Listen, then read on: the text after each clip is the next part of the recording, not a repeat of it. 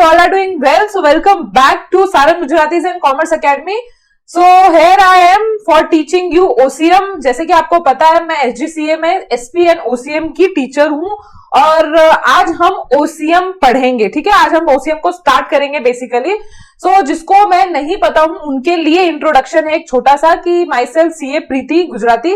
सो मैं 2018 में लगभग मैंने अपना CA कंप्लीट किया था. उसके साथ मैंने अपना MCOM कंप्लीट किया हुआ है एंड 2018 में क्लियर होने के बाद I worked under practising chartered accountant for a 6 month and then I shifted to working in a industrial manufacturing company जिधर मैंने 2 साल काम किया एंड उसके बाद मुझे लगा कि I should pursue my passion.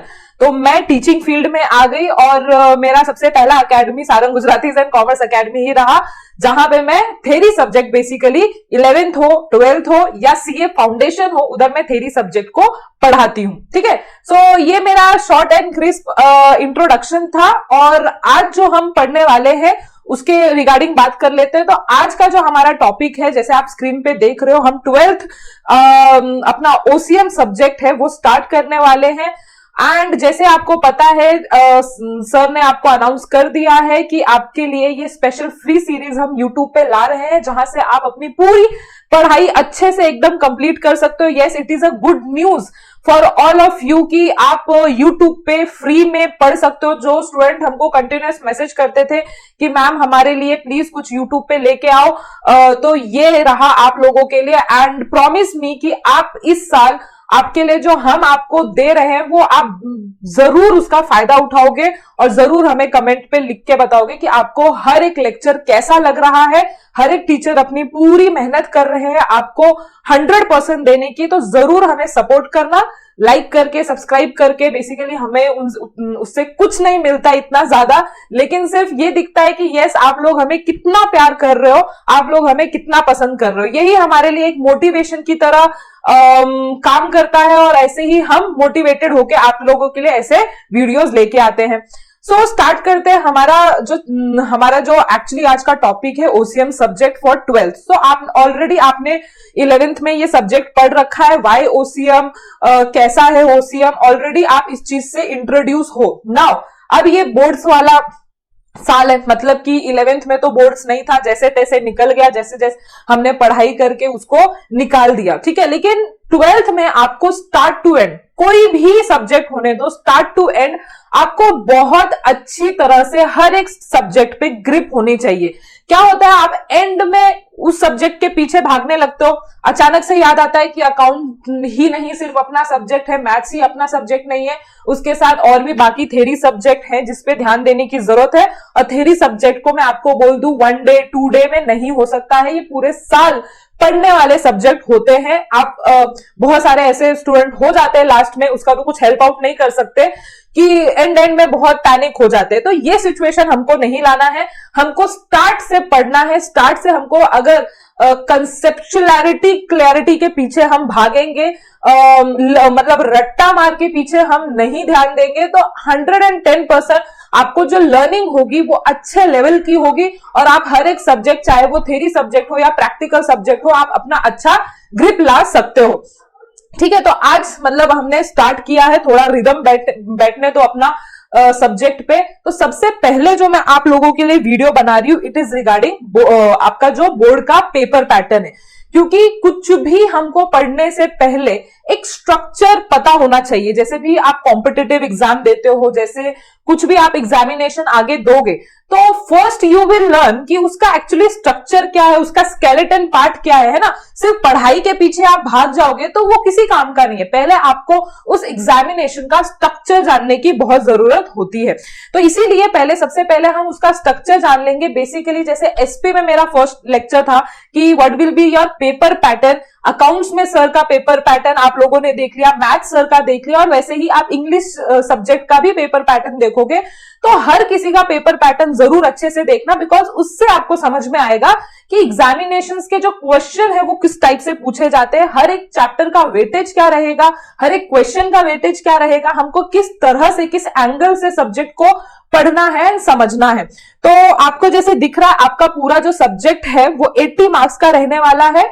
ठीक है। विद ऑप्शन जो आपका पेपर रहेगा, माइंड यू, विद ऑप्शन जो आपका पेपर रहेगा वो 116 मार्क्स के लिए रहेगा, बट विदाउट ऑप्शन मतलब जो आपको एक्चुअली अटेम्प्ट करने हैं वो आपको 80 मार्क्स का रहेगा। आपको 3 आवर्स दिए जाएंगे, बहुत सफिशिएंट टाइम है, बट स्टिल बच्चे लैग करते हैं कि मैम पेपर छूट गया या लैग कर जाते हैं मतलब कि लिखने में। तो उसका भी मेरे पास उपाय है, या मैं आपको एक लिंक डिस्क्रिप्शन में लिंक प्रोवाइड कर दूंगी कि आपको जो पेपर है वो कैसे अटेम्प्ट करना है, कितने टाइम पे आपका कौन सा क्वेश्चन होना चाहिए।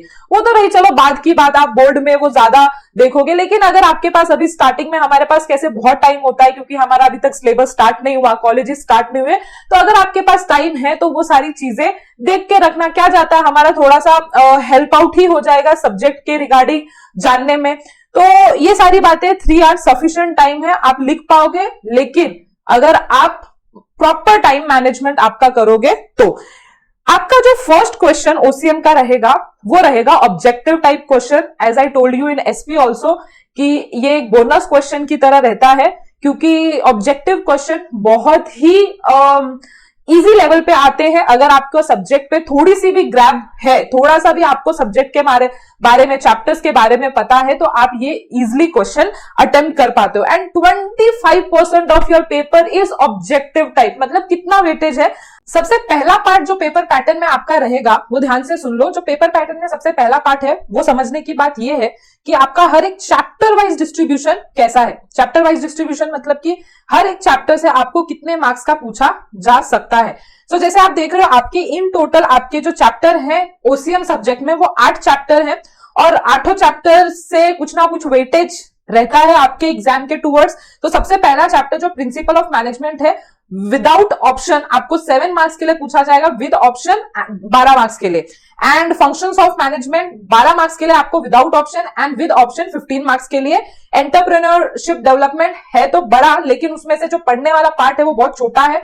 मतलब कि आपको with option and without option 5 marks के लिए ही पूछा जा रहा है। एक्चुअली हम ये पढ़ क्यों रहे, क्योंकि आपको एक एबीसी एनालिसिस हो जाना चाहिए कि हर एक चैप्टर आपके लिए कितना इंपॉर्टेंट है। एज आई टोल्ड यू कि आपको ये चीज समझना बहुत जरूरी होता है ना। किसी चीज के लिए भी तैयारी करने के लिए सबसे पहला पार्ट यही चीज होता है।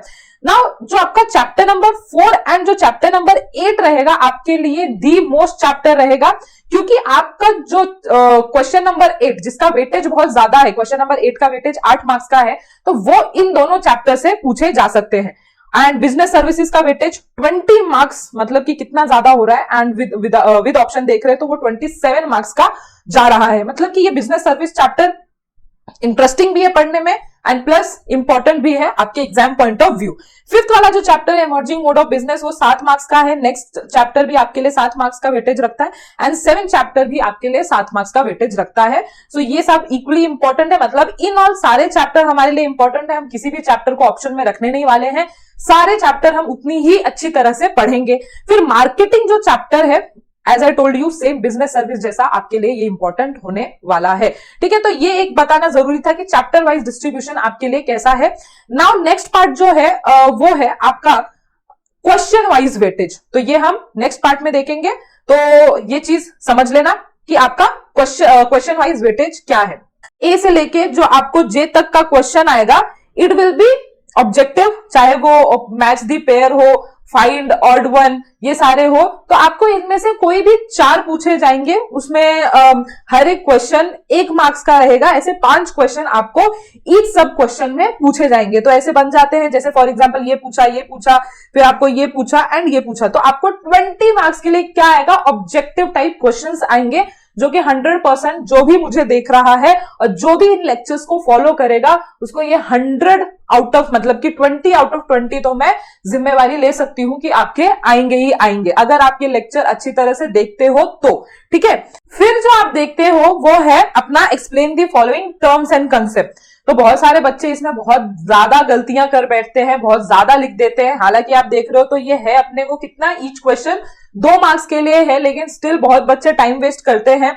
तो मैं आपको ये पूरे के पूरे वीडियो जो मैं आपको बताऊंगी उसमें ये भी बताऊंगी कि अगर ये टर्म्स एंड कंसेप्ट में आया तो आपको कितने पॉइंट्स लिखने हैं, इससे ज्यादा इलेबोरेट नहीं करना इस क्वेश्चन में, क्योंकि इधर ही अपना टाइम मैनेजमेंट का जो कंसेप्ट है वो बिगड़ जाता है। तो देख लेंगे इसमें आपको विदाउट ऑप्शन 8 मार्क्स के लिए आएगा। टोटल आपके एक्चुअली 6 आएंगे क्वेश्चंस, लेकिन आपको उसमें से कोई भी 4 अटेम्प्ट करना है and then you will score 8 marks. ठीक है, तो 4 into 2 आप करोगे तो 8 मार्क्स के लिए ये पूरा क्वेश्चन रहेगा।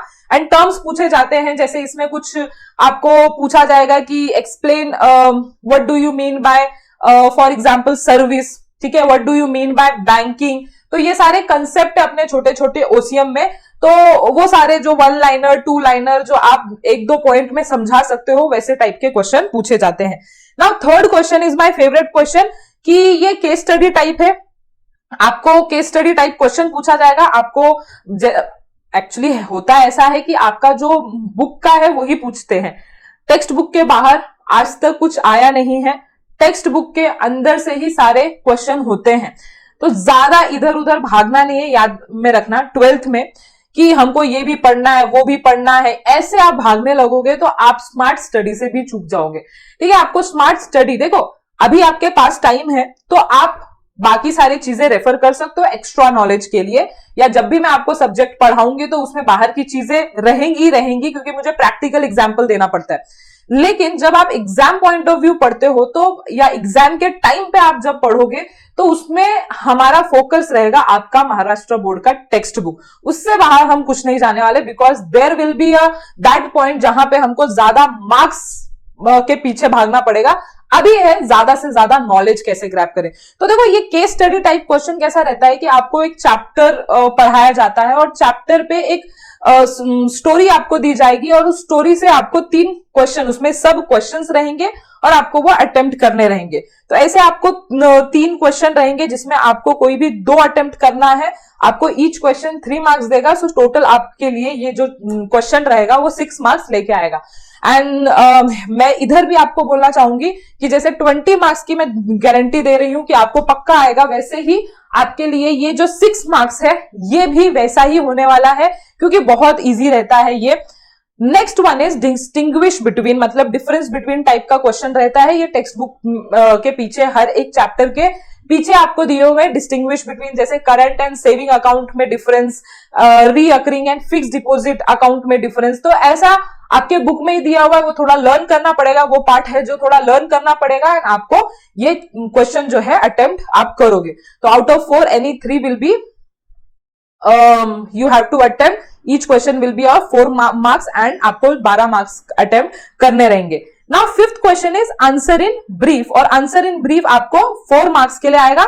आंसर इन ब्रीफ आपको सिंपली एक मतलब डायरेक्ट क्वेश्चन रहता है कि जैसे टर्म्स एंड कंसेप्ट कैसे समझाने के लिए आया था आपको, वैसे ही ये थोड़ा लॉन्ग आंसर टाइप में आ गया। मतलब कि ये टर्म्स एंड कंसेप्ट में तो आपको 3 पॉइंट्स आप लिखोगे एंड आप 2 मार्क्स ईच ग्रैब कर लोगे, बट इधर आपको थोड़ा ज्यादा 5 to 6 पॉइंट आपको लिखना पड़ेगा, because each question contain 4 marks. तो उधर आपको जो एक्सप्लेनेशन देना है वो ज्यादा लंबा देना है। क्वेश्चन जो रहते हैं वो डायरेक्ट क्वेश्चन रहते हैं, बुक के ही क्वेश्चन रहते हैं, और इधर जो है आप 8 मार्क्स लेके जाओगे घर पे अगर आप ये पूरे क्वेश्चन अटेम्प्ट करते हो तो। आउट ऑफ 3 2 अटेम्प्ट करना है आपको। नाउ ये 6th वाला जो है वो थोड़ा इनडायरेक्ट क्वेश्चन होता है।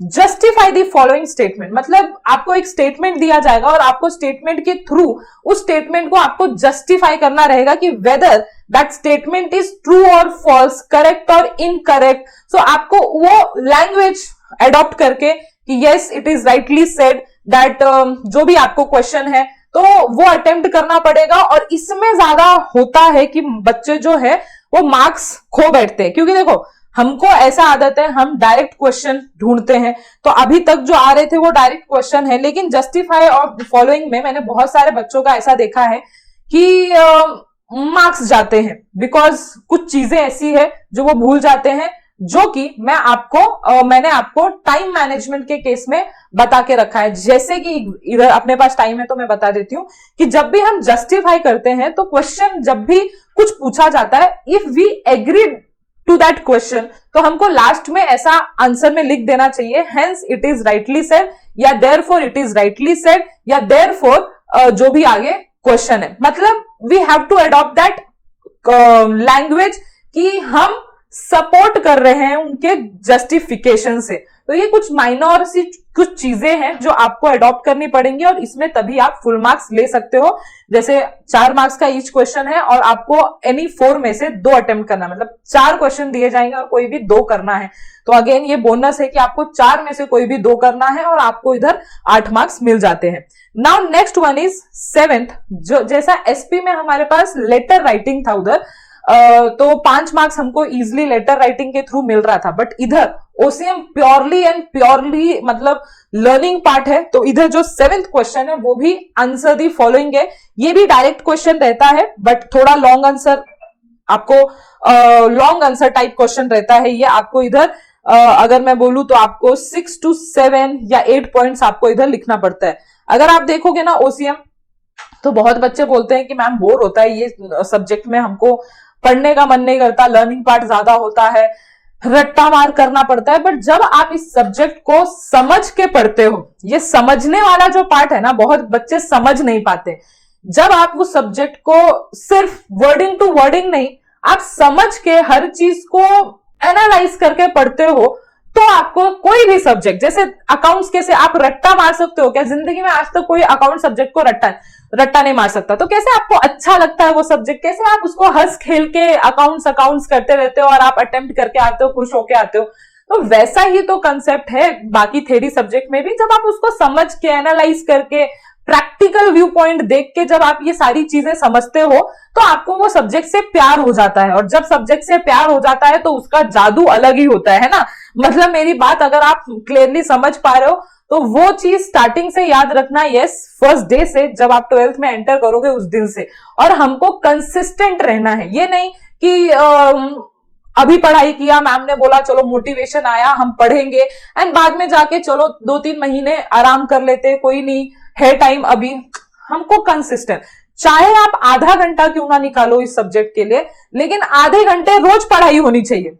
अब ऐसा बोलोगे आप मैम 1 घंटे हम आज कर लेंगे लेकिन हम परसों के दिन फिर से पढ़ेंगे, क्यों ऐसा कर रहे हो? कंसिस्टेंट जो भी आप प्लानिंग करते हो फिर उससे चिपके रहो। आपको 1 घंटा करना है और फिर परसों आपको पढ़ाई करनी है ना, तो हर साल वैसा ही पैटर्न फॉलो होना चाहिए, आपका ब्रेन वैसा ही ट्रेंड होना चाहिए हर रोज।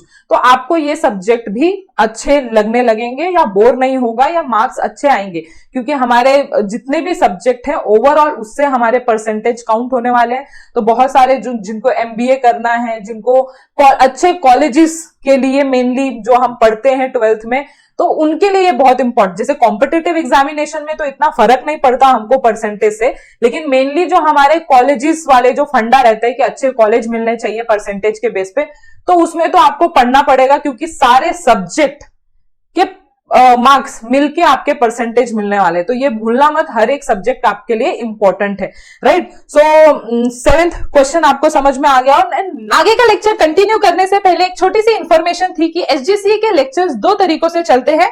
एक यूट्यूब सीरीज जैसे आप हमें अभी देख रहे हो, और दूसरा हमारे खुद के प्रीमियम ऑनलाइन लाइव क्लासेस चलते हैं, जहां पे आपको ये सारे टीचर्स आके उनके रिस्पेक्टिव सब्जेक्ट पढ़ाते हैं। और ये जीमीट पे होता है, लाइव सेशन होता है, interaction at a best level होता है। और अगर आपके कुछ लेक्चर मिस भी हो जाते हैं तो उनकी रिकॉर्डिंग फैसिलिटीज आपको मिल जाती हैं। ये जो आप स्क्रीन पे देख रहे हो ये सारे एडिशनल बेनिफिट्स हैं जो आपको प्रीमियम बैच ज्वाइन करने पे मिलेंगे। एसजीसीए आपको ये सारे कोर्सेज प्रोवाइड करता है, और अगर आप इनमें से कोई भी कोर्सेज के लिए इंटरेस्टेड है तो आप हमें ये दिए गए नंबर पे व्हाट्सएप या मैसेज कर सकते हैं। तो कंटिन्यू करते हैं हमारा आज का लेक्चर। लास्ट जो मैं बम्पर क्वेश्चन जिसको मैं नाम देती हूँ, क्योंकि ये बम्पर क्वेश्चन बहुत ज्यादा चांसेस है छूटने के, है ना, क्योंकि बहुत लंबा क्वेश्चन आपको लिखना पड़ता है।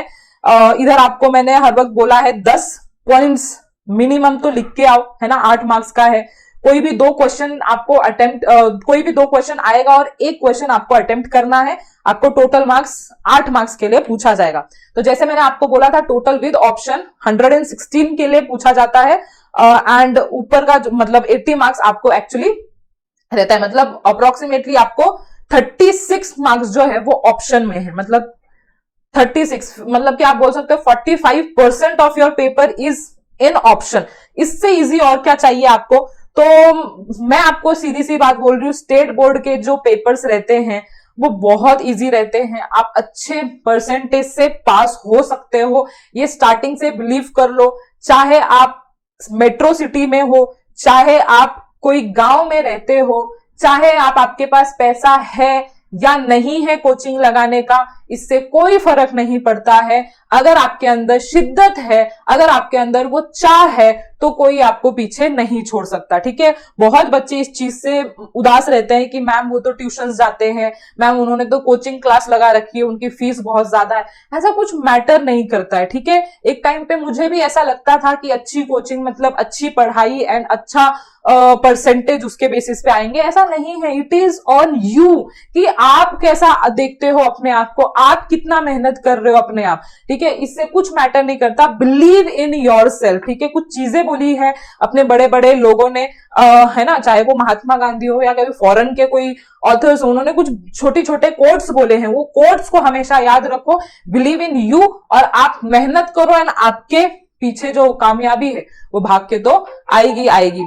तो आज के लिए हम इतना ही करते हैं। आपको होप सो ये पूरा पैटर्न जो है ओसीएम का अच्छी तरह से समझ में आ गया हो।